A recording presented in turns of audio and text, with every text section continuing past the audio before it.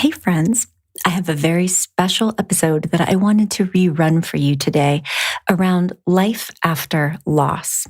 I'm posting this episode on Memorial Day, which, in the Western world anyway, is the unofficial beginning of summer, right? And for many people, it's basically a pool party and good for them. And for many others of us, Memorial Day is so much more. It's a day to remember our lost loved ones. And so I really wanted to repost this Life After Loss episode for you for a couple of reasons, and also share a personal story. So I originally recorded this episode with my colleagues, Lisa and Anastasia, both of whom are excellent grief counselors here at Growing Self Counseling and Coaching, our practice. And little did I know that only a couple weeks later, my own mother would pass away traumatically and unexpectedly from COVID. This was May of 2020. She passed away on the night of May the 3rd, 2020, and I had scheduled this episode several weeks in advance to post on May the 4th of 2020. It felt like just a tiny bit of magic in a very dark moment, a little message from the universe that there is help, there is guidance, there is support for me and also for you. Obviously, the weeks, months, and heck, who's kidding, years, right, after my mom passed away have been very difficult on so many levels, and have also brought a lot of peace and healing as well. And I think in no small part, I was helped enormously by the words of wisdom that my colleagues Anastasia and Lisa shared with me that day. I thought many times of the conversation that we had together, and the things that they talked about helped me enormously through that time, as well as, other resources that I was able to cobble together. But I wanted to offer this up for you again with this personal note and just a lot of empathy. If you are one of the, million people, no, gosh, we've lost 1 million people. I think for every person that passed away from COVID, 9 are left in their wake to suffer and try to put themselves back together again in the aftermath. So that's a lot of people. In the United States alone, I think we're looking at 15 million deaths worldwide from COVID at the time I record this. And that is not the only game in town. Death is a part of life. As much as we don't want that to be true, it is. And every single one of us has dealt with grief and loss of a loved one and other kinds of losses, jobs, relationships, hopes and dreams, right? And so whatever circumstances in your life that you may be grieving right now, I sincerely hope that the words of wisdom and compassion and comfort that you'll find in this podcast today are as meaningful for you as they were for me. So on with the show. This is Dr. Lisa Marie Bobby, and you're listening to the Love, Happiness, and Success podcast.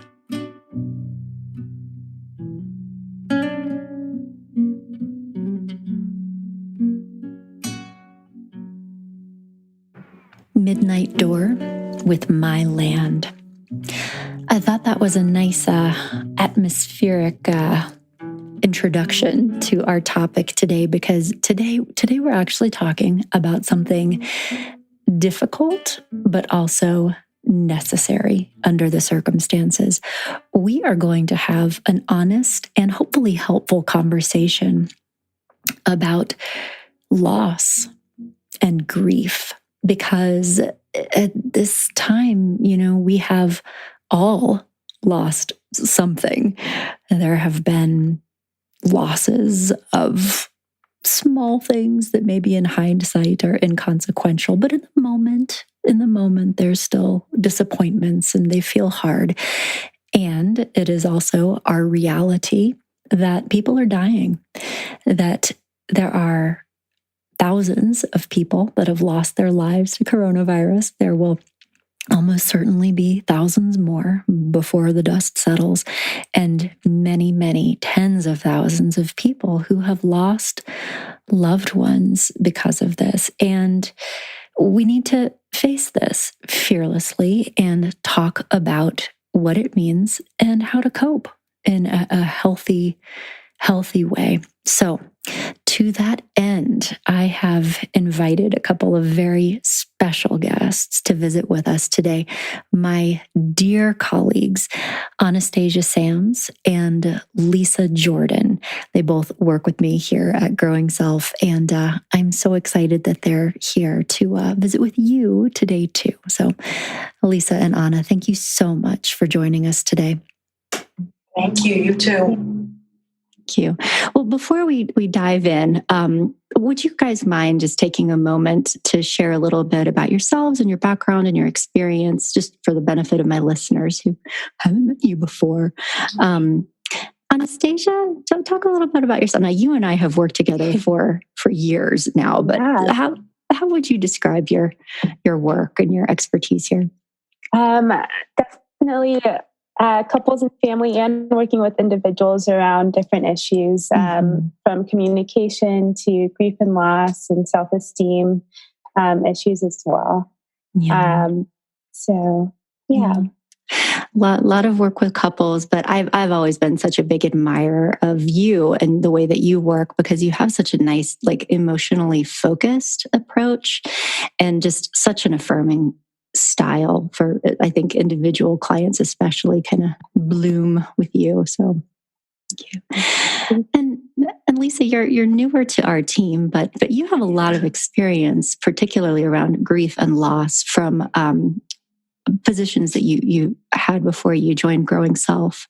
Yes. Yeah. So my background was working in grief support in a hospice and palliative care organization. So primarily dealing with what is usually the biggest loss that a person experiences, which is the loss of life, the loss of a loved one. And so supporting people individually as well as in groups, support groups. And so also seeing some people through private practice as well who had specific losses that they were working on.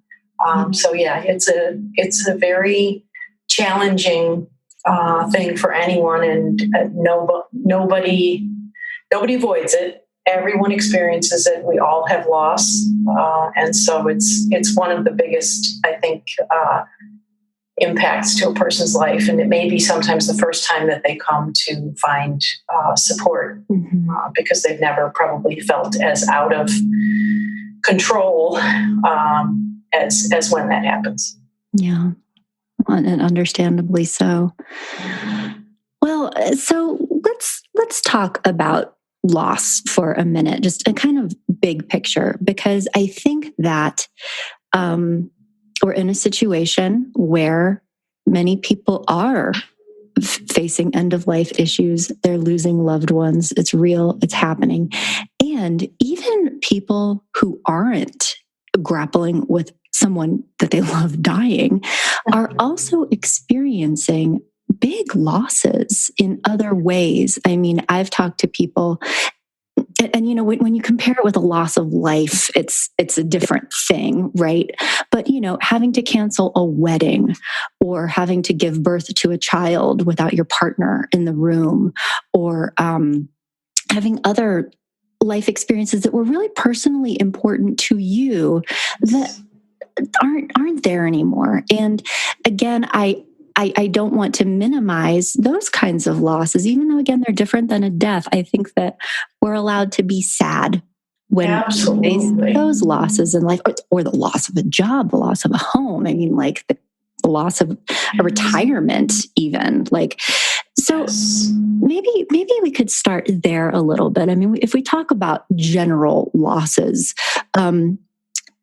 what are some things that you would, in your experience, like expect people to be feeling or dealing with? Like, what's normal? How about that? I think something that I've been thinking about with everything going on is even just at the very base level, there's a loss of control. Because I think, we're used to being able to control things even as small as our schedules. And so even that, right now is taken away. And so I think that can create quite a bit of anxiety as well. Yeah.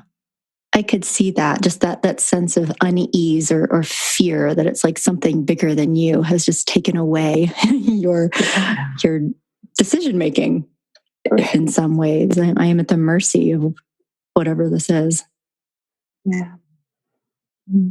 Yeah, I would agree with that. I mean, I think what Anastasia, what you're saying is right, is that real lack of control over the future and what we perceive as our control, right? So people are kind of confronted with the fact that, well, maybe I didn't really have that control to begin with. And if I didn't, what does that mean for all these plans that I've made? So I think for a lot of people, there is you're talking about other losses, and absolutely the basic loss of my intention for my future, and as you said, that could be that maybe I have to postpone my wedding. It may have to be that I was planning, I saved up all this money because we were going to buy a house, or we were going to take this vacation. It can be just so many losses, loss of what I was hoping for my own future, that just sort of changes people's mindset. And I think that leads people to feel so much more insecure. So there's just a sense, as you say, Dr. Lisa, of heightened anxiety for people and the what ifs. So that was, Anastasia, that was something that you pinpointed. And so, like, when you work with your clients who are grappling with that, almost like existential awareness that they don't have that much control, are there ideas or practices that you have found to be helpful to your clients that are going through that, just the uncertainty and the what ifs? I think one of the things that I talk about is creating a routine, and that just helps create that sense of security. So I think that's a big one, and then focusing on the things that are controllable, or that you do have control over. And so whatever that may be, whether it's taking care of your mind and using an app like Headspace, making being intentional in that, kind of recentering, or things like that. Yeah, that's a great suggestion. As we're talking, I was just kind of reflecting on my own life. Like, my summer plans have also been thoroughly blown to bits, which is completely fine. But I think I've found some comfort in reshifting from being disappointed about that to trying to make different plans that are something to look forward to in a different, it sounds so dumb, but we signed up for the CSA. We have a organic farm that does a community supported agriculture kind of thing. And we got a CSA share. And so yes. I'm thinking about salad, which is really different than the other plans that we had for the summer. And I'm we're going to have some really good salads. Great. It's something. Yeah. I don't know if that's the right way to handle it, but that's what I'm actually doing. So anyway, yeah, we're I'm going to plant flowers in my yard. So. Yeah. No, I like that. It kind of forces you to practice gratitude, for a little bit, the little things. Yeah. Yeah. Yeah. Are you guys having any go-tos for for that you're hauling out of your back pocket. I'm always so interested because because I know a lot of therapists, right? Like not only do I work with 500 zillion therapists, not 500 zillion, a couple dozen, but like a lot of my personal friends are therapists. And it's so interesting because sometimes the things that they do with their clients and then what they do personally, I'm like, that is interesting. So can I put you on the spot and be like, what are you guys doing? Yeah, well, I have been creating a daily routine and just trying to have slower, easy mornings to ease into the day. But then, and this might sound silly, but I kill any plant that I try to grow. I'm just not gifted in that area. But I picked up a little basil plant, so I'm going to attempt to grow it. So that is exciting to me to see what happens. Yeah, I had to switch to succulents at a certain point because I could like neglect them for basically weeks. Yeah. Just sharing. That's great. What about you, Lisa? Because I know that you've had big changes. I have, so like so many other people right now, millions of people, I feel very connected to people because my full-time role was eliminated as part of what is happening everywhere with workforce reduction and just changes in the economy. And so I think I have been... It's humbling to practice what you preach, so working with people and telling them to really lean into the experiences that they're having and to accept what's happening because that is your strength, is to allow yourself to acknowledge, because part of the process of grieving any loss is acceptance. So we kind of jump into it and then out of it, and then into it and then out of it. So I've been fascinated watching myself do the same thing. I have had a number of pity parties for myself, and in allowing that to happen, then I kind of move out of it. It's like, okay, well, I did it. I gave it to myself. And I think being non-judgmental toward yourself is so important because we'll all go there naturally. And so I think practicing this for myself and still working with clients through Growing Self and seeing what they're going through, I feel very much in it with them and feeling like I'm recommending things that I do for myself as well. And again, like, Anastasia, you said gratitude. Well, I'm noticing some of the unexpected things that are delightful. I have a dog who has never been happier in his life. I mean, now this dog got used to being home alone all the time. all the time. I mean, and his personality, and he's just so engaged. It's like, wow, this is something I would not have experienced had I not been home so much.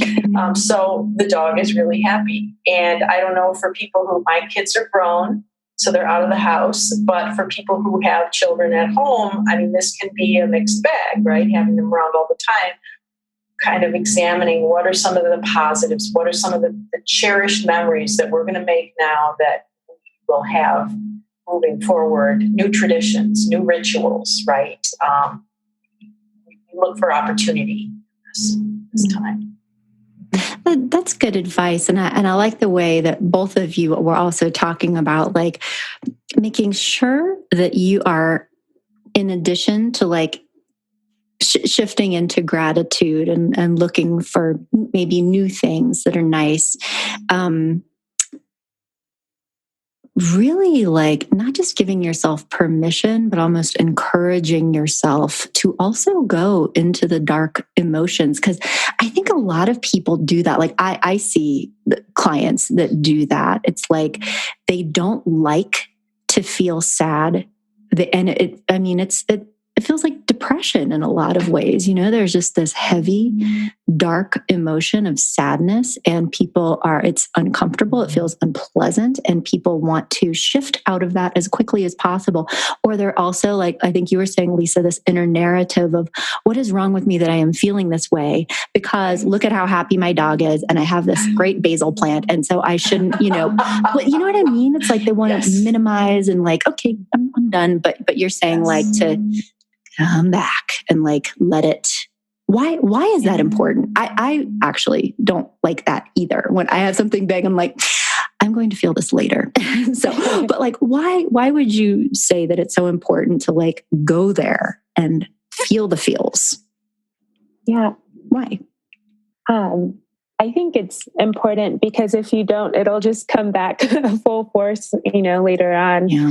And so allowing yourself to do it allows you to process what's going on. And I think that, even for me personally, if I don't process it, then it comes out in other ways, usually physically. And so I think that it's very important. And now with a lot of distractions being taken away, it does create that opportunity to allow yourself to go into those places. And I think it also allows for a lot of healing too when that happens.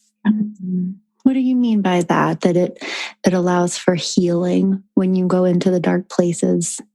I think, let's see, that's a good question.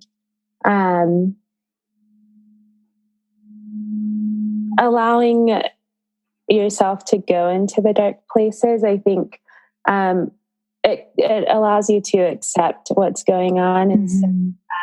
And I think, and maybe even experience really all of those stages of grief, but in a way where once you come out, it's, I don't want to say it's okay, but it's, in a way, it has sort of mended in the process. Yeah. Well, and I think that is such an important idea for people to hear, because I think that there can be so much rejection of dark emotions, like the intense feelings of sadness or loss or regret, and that people want to not do that, but not understanding that allowing those feelings is actually the path to repair, as weird as it sounds. I like the wave metaphor, like you're standing in the ocean and there's this wave coming, and if you just like let it lift you up and you don't fight it, and then it sets you back down again.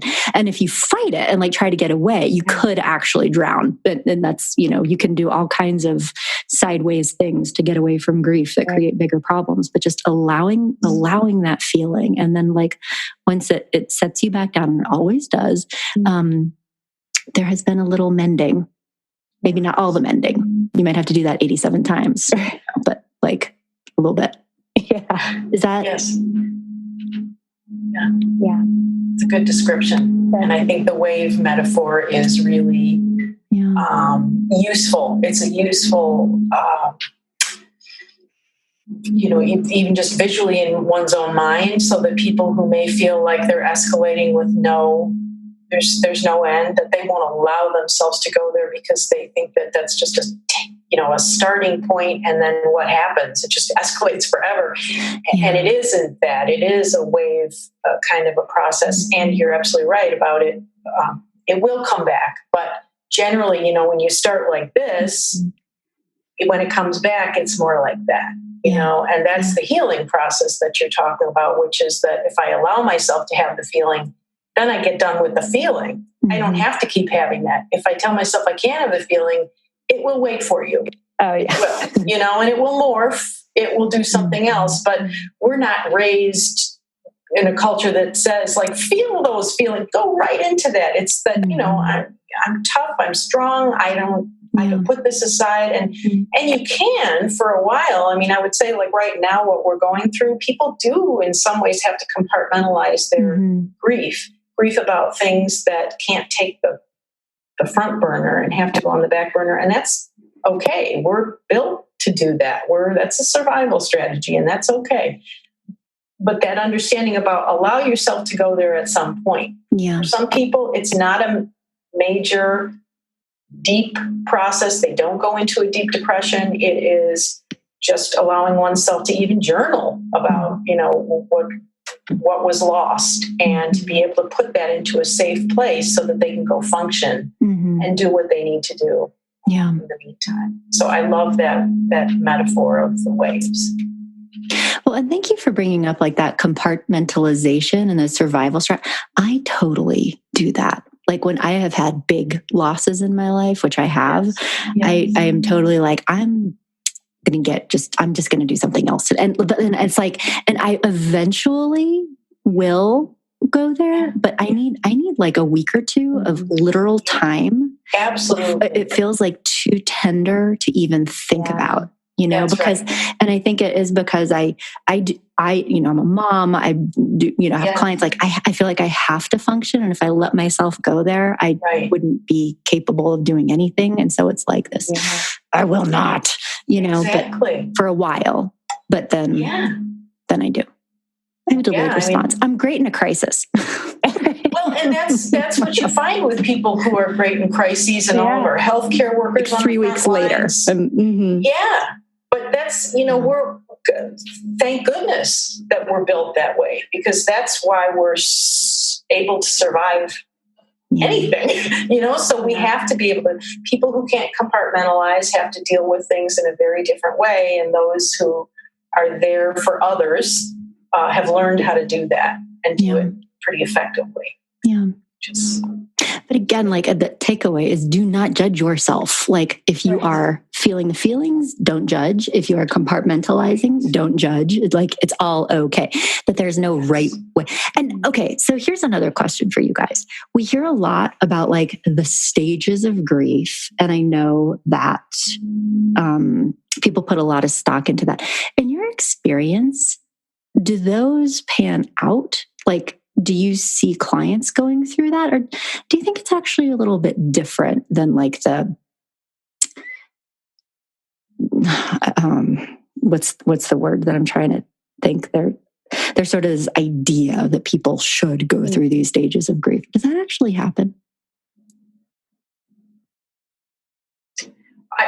Go ahead. I would say in my experience, I've seen people go through stages of grief. It's certainly not linear. I think there's this expectation that it's, checklist. I want a checklist. And that even once you get to acceptance, then you've made it. And really you can get to acceptance and then go right back into anger. And so I think that's probably the way that I've seen it. And maybe, you might only feel a few things out of that list, and that's okay. But yeah. You say, and so it is what? Denial, bargaining, anger, depression, acceptance. Is that I'm missing something? Well, from my vantage point, it's okay for you to miss all of that, because what we know, and Elizabeth Kubler-Ross, who is probably, she's my idol, and I think she did amazing research. And what people in the grief support community understand now is that stages is probably a challenging way of looking at grief, because it does kind of encourage people to think about it that way, when actual grieving is probably pretty unlike stages. I think that those 5 descriptors are great for identifying what you're feeling in any given moment, but they are scrambled, and they, as you say, in a stage they repeat. And so I think that they found that less useful. That was originally that whole description of the 5 stages originated from her work in identifying what a person goes through when they themselves are in a life-limiting illness. So if I'm dying, those are the stages that a human being would go through as they come to acceptance of their own death. I think the grieving process, though, looks very different. And so working with clients and running groups, certainly where people have lost loved ones, it looks a little different. It starts with that acceptance piece. People are in denial. That's okay. That's our natural inclination. That's how we sometimes get out of bed in the morning, is we can't actually accept that this person's gone. People maybe hear them talking to them, or they don't quite remember that they're not there. And this is, again, just with the death of a person, but you can think about this the same as your earlier examples of someone whose wedding is canceled. Yeah, or like I think about the high school senior that is not going to graduate or have like that experience. And again, so it's a different like level, but so you're saying they wake up in the morning and it's like, well, I haven't really, wait, is that true that I'm not going to be going off to campus? I forgot all over again when I fell asleep and I woke up in the morning and I was happy. And then I realized all over again, that's not happening. And so then there's anger, right? A little anger might come in and then sort of denial, like, let's reach out and see if, well, maybe they think that the dorm is going to open. Maybe it will open in time. It will open in time. Let's go get boxes. Let's pack, and then a little bit of hopelessness about like, well, wait, they're not answering back, or I can't get any news. This is not going to work. My friends are all planning on staying home. I guess this isn't going to happen. That sort of process just kind of cycles through over and over. And what always happens as time goes on is that at some point, for everyone at a different rate, there's a new adjustment process for the new reality. And for everyone, that looks different, feels different, but in that cycling, all of a sudden something will trickle in about, well, this wouldn't be so bad. Or, if I did this, I could live with this person that I was going to miss so much when I was going to be out of town. So maybe I could make a new plan. Okay, this new plan, it's not what I wanted. I guess it wouldn't be so bad. And starting to wake up in the morning, realizing that old plan isn't happening. So I'm not thinking about it as much as I used to. I'm not railing against the unfairness of it all. I'm thinking like, what do I want to do now?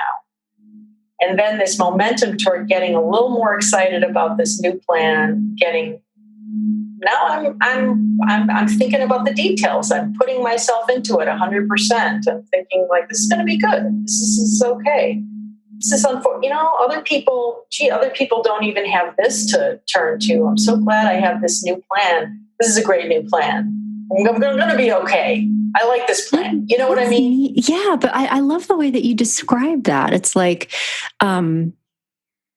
being upset and I just want to say I really like the way that you described maybe the outdated term would be stages of grief. I sort of heard what you were saying is these are all of the feelings that you can expect to have. They may all occur in the space of the same 20 minutes, but this is what you're going to feel.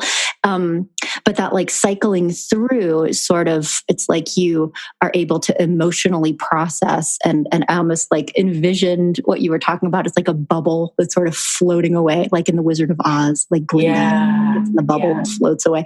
And then it's like saying hello to a new thing that wasn't what you wanted. But then when you get to know it better, you're like, you are my thing. This is what I have. And I like you. And I'm going to do this. And it's like, that's right. That's right. Yeah. Ugh.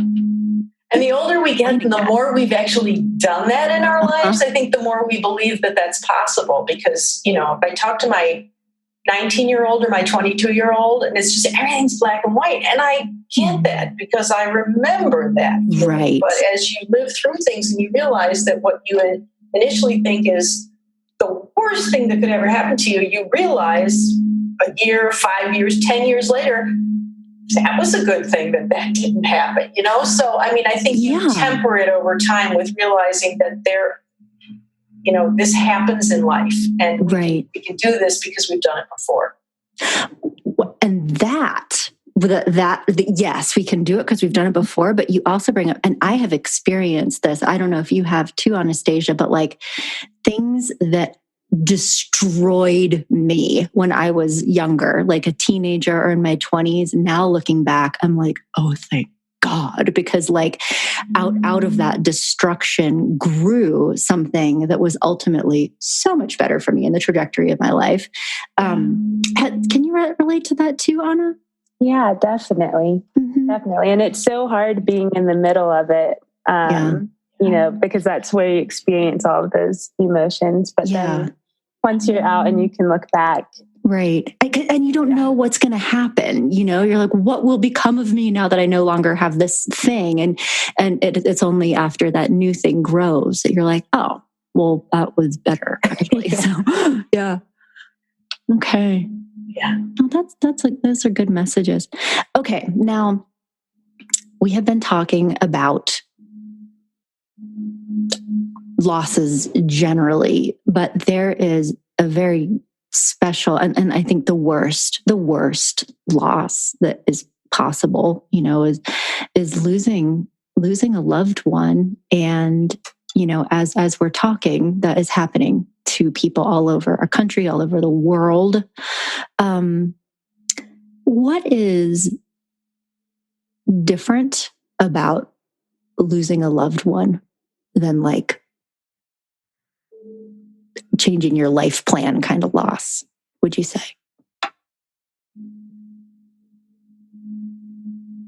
Who should start, right? So, you can start, Lisa. Lisa waits expectantly. I think that is probably the most feared thing for all of us, and the most challenging, because we don't recovery from some things. We can talk about it. We can even sometimes joke about it, but the end of life is something that we just typically don't have a comfort level with in our culture. And I'm not suggesting that we should. I think right now the times that we're going through are unprecedented. This to me is, in my own mindset, thinking like this must be what it feels like to be going through a war. That so many lives are lost, and that we feel powerless to do something about it.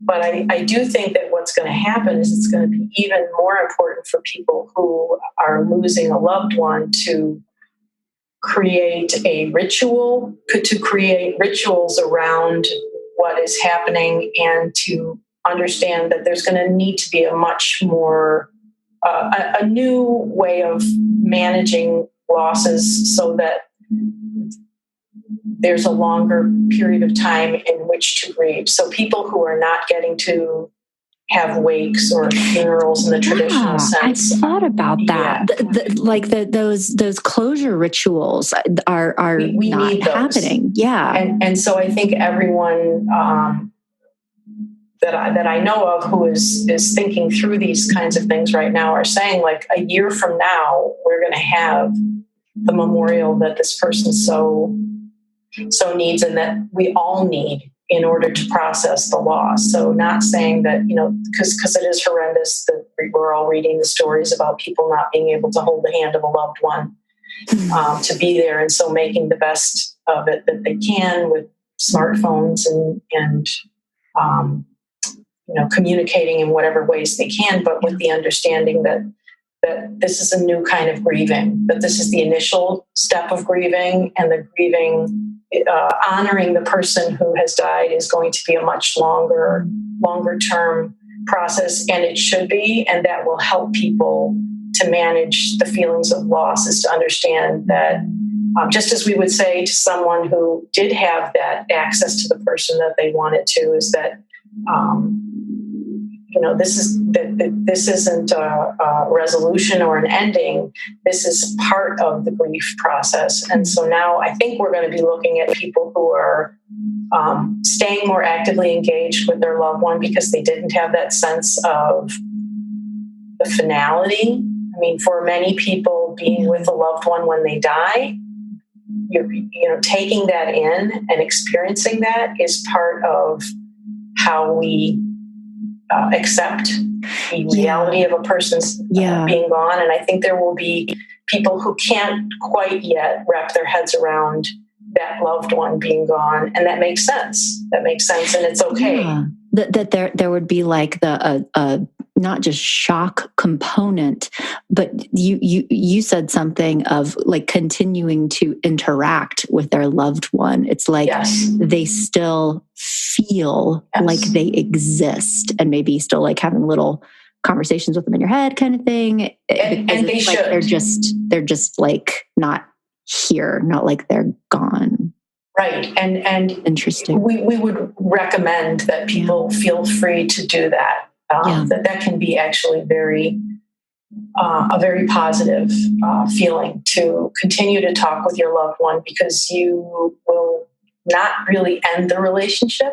With a lot of people who lose loved ones who are not elderly, who haven't had a long life, the relationship doesn't go away. We really encourage people to, this is not the way you wanted the relationship to continue. You wanted it face to face where you could wrap your arms around this person, but they will always be with you till the day you die. And so let's start to think about how you can honor their memory and be with them every day, in whatever form that takes. And I think that's what people are going to be doing now for the next months or year, as we. This is so interesting. I've never thought about this in the same context. I've thought about it a lot in my work around like the nature of love, the addictive nature of love, like breakup recovery, because like when you begin a infatuation or you have a crush with someone, you begin imagining them in your mind and having little conversations with them in your head. And like that is a big part of adult attachment, is that like mentalization of a relationship. And I think that for people who are going through loss in the sense of an unwanted relationship loss, like a breakup or a divorce, that very same process maintains their attachment to their ex for a long time. And I have never thought about it in the way that you're saying, that when, you lose a loved one to death, that it is absolutely okay to just like keep doing that for as long as you need to, particularly under these circumstances, because of the speed and the shock and I've heard news stories of like, healthy 35-year-old, like at home in bed, sort of sniffling, and their spouse comes back and they're gone. It's horrifying. And just to not also have the rituals of closure and your community around you. It's like, I love it that you're saying, no, just go ahead and they're there are a lot of cultures that really endorse hearing from loved ones that aren't alive in this world anymore, and that they see them and they interact, and because their communities don't find that to be particularly threatening, they don't call that crazy. We tend to self-judge very rapidly that we're going to have to be committed or something if we were to hear a loved one's voice. Now, are you hearing their loving words in your head? Are you hearing it in reality? Maybe it doesn't matter. Maybe it doesn't have to matter. The point is that there's a part of you that wants to stay connected so much to your loved one that you're allowing yourself to hear their voice in your head. And isn't that really what we long for anyway, right? As we go forward, we hear our parents' voices in our heads. Hopefully it's like the good things, the nagging, but that we hear that, hopefully the encouragement or the reinforcement that we got from a parent early on. And that's how we internalize that person that's not with us. And I have worked with parents who've lost children who understand that that relationship does not have to go away. Nor should you feel guilty if you're still going in your child's room or talking to them. That's actually, the relationship's going to be there anyway. So honoring the connection and knowing that that's there. And I would say on the flip side, working with people who've been married for 50 or 60 years and lose a spouse when they're themselves, perhaps in their 80s, it's unreasonable to ask that person to move on. Right. Most of their lives are caught up in the experiences of a lifetime, and we really recommend embracing that and allowing that person to remain there with you because it's a part of who you are. And that's an easier thing to ask of people than to tell them to grieve the loss and move on. Yeah. Oh, that is just such a compassionate way. And Anastasia, as we're talking, when I'm listening to what Lisa's saying, like it's almost like moving a relationship into, for lack of a better word, like almost a spiritual realm. And I know that you are just a very spiritual person, and I wonder if, in your work with clients, if you've seen this too, that almost transitioning of a relationship, and the role of like faith or belief systems on cope. I don't want to say coping. What's a better word? Managing. I don't know. Incorporating the loss into your Mm-hmm. Yeah, well, I think that for people who are spiritual, it can be a useful tool, especially in a time where this does feel just so big, and so I think that I really think that's similar to some of the things that Lisa was sharing in terms of having rituals, or having routines that you do that do kind of help with that process in whatever way. Yeah. Okay. And I imagine it's kind of hard right now. So for people who are really connected to the spiritual support, would you say that they're still able to get that, kind of through the video, like people going to church virtually? Are you finding that can really be a supportive piece? Yeah, I think it can be very supportive. I think it takes a lot more intention now. Okay. And so I think that's probably the biggest thing, that being intentional in getting that support. But I think that it's, and a small example for me is my aunt passed away about 2 years ago around this time of year.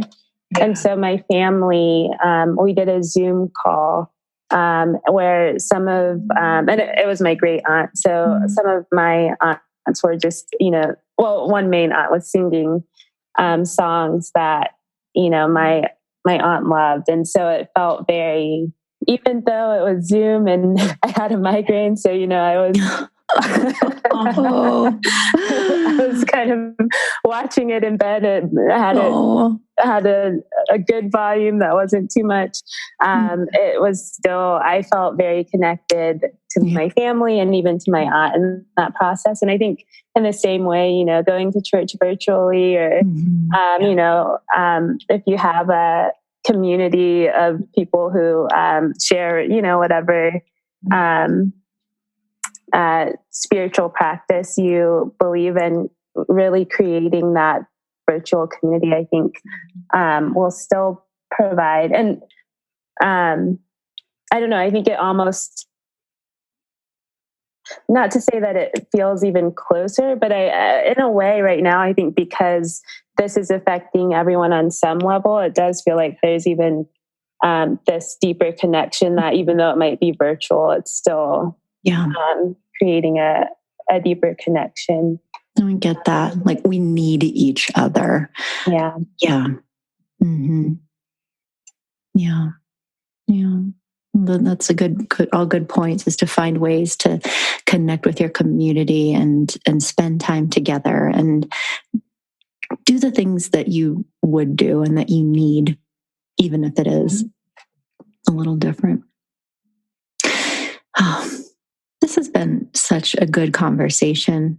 And I want to be respectful of both of your time. I know you have other things in your life besides me asking you questions, but I'm wondering if you have any parting thoughts or words of wisdom for people who are experiencing loss, or actually, well, this might be beyond the scope of this conversation, but I'm also thinking about people who are worried, who may themselves be sick, and who are sitting with the possibility of their own passing. I don't know if there's an answer to this question, but are there things that you have seen, to the extent that people are able to, for closure conversations, important things that can or should be discussed or done before someone passes, that are helpful emotionally, both to the person who may be dying as well as the family that they leave. Is that too big of a question? I don't know. No, I mean, are you referring to like if someone has the opportunity to say a goodbye, or? Yeah, to the extent that people can right now, because it's different, because you cannot be sitting there next to the bedside, right? I mean, but are there things that people could or should be thinking about or trying to do if they are able to? You know, if you are saying goodbye to someone, if someone is imminently, your expectation is that they are at end of life, I would say that we are fortunate to live in a time of technology, because we have smartphones and laptops and some incredibly dedicated healthcare workers who are willing to be there and take these devices into rooms where patients, and we know that the patients at end of life still here. That's the last sense that goes. And so to be able to say a goodbye is still possible. And I know that they are trying to make that happen for people. So if someone were in the situation where they were saying goodbye, it's still the same things that would have been recommended, which is obviously, you know, the things that we want to say to other people is, I love you. If you have things that, and who doesn't, that we feel bad for, is to say, I'm sorry, forgive me. And I forgive you, because we love people and we may harbor some anger and we want them to hear those words. If it's truly end of life, I'll miss you. Goodbye. Those are the things in hospice care that are so important to say at end of life, regardless of the circumstances. And I would say that if that came up for me, that would be probably my top priority, is to be able to say those things to someone that I'm believing I may not have the opportunity to see again. I know that's very heavy kind of stuff to talk about. It's real, though. Like, it's real. Yeah. Yeah. And people are going to be encountering that. Yeah. Too many. Yeah. Would you add anything, Anna?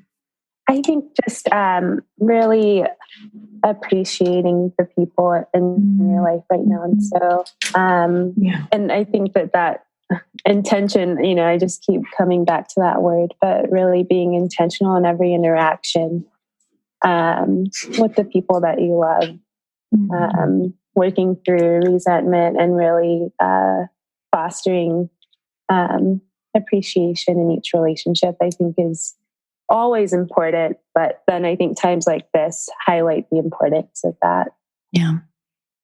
Yeah, I agree.